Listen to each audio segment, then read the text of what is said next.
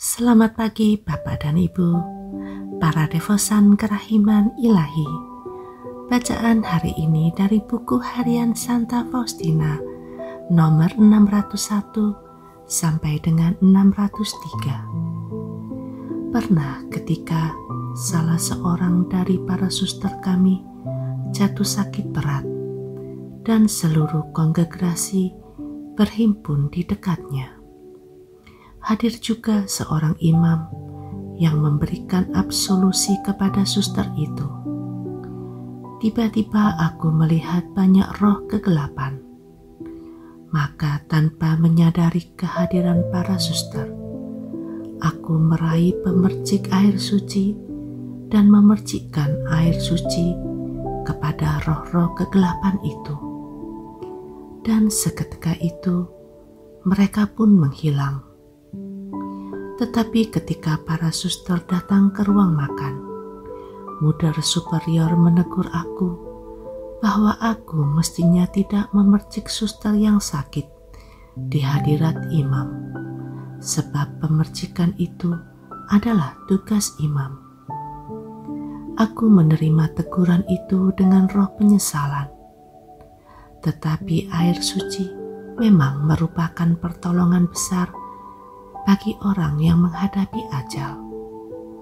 Yesusku, Engkau tahu betapa lemahnya aku kalau hanya mengandalkan diriku sendiri. Oleh karena itu, Engkau sendiri mengarahkan urusan-urusanku.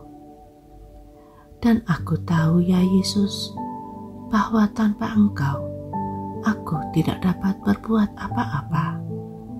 Tetapi bersama Engkau, aku mampu menghadapi hal-hal yang paling sulit sekalipun. 29 Januari 1936. Pada petang hari, ketika aku berada di dalam kamarku, tiba-tiba aku melihat suatu terang cemerlang dan sebuah salib abu-abu gelap menjulang di tengah terang itu.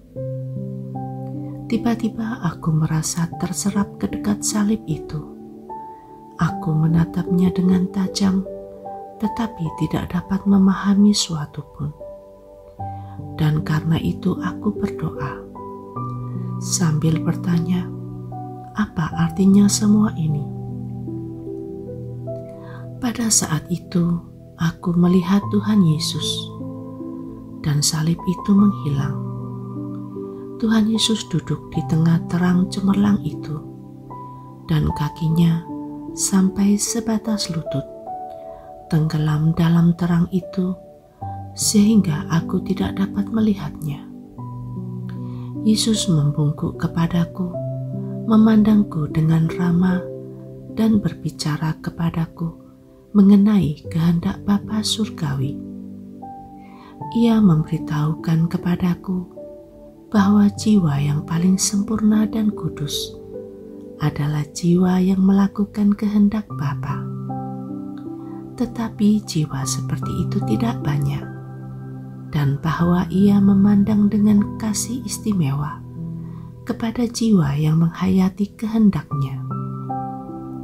Dan Yesus memberitahukan kepadaku bahwa aku melaksanakan kehendak Allah ini dengan sempurna.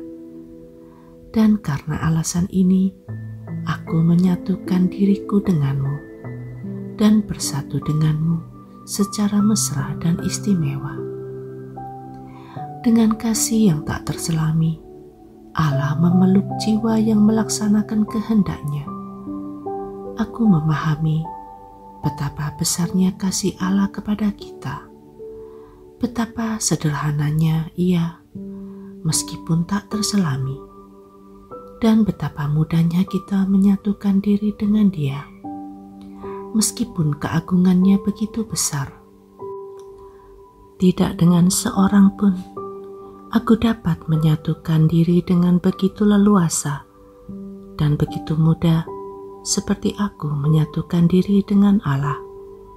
Bahkan seorang ibu dan anaknya yang sungguh Ia kasihi, tidak dapat saling memahami sama seperti Allah dan aku.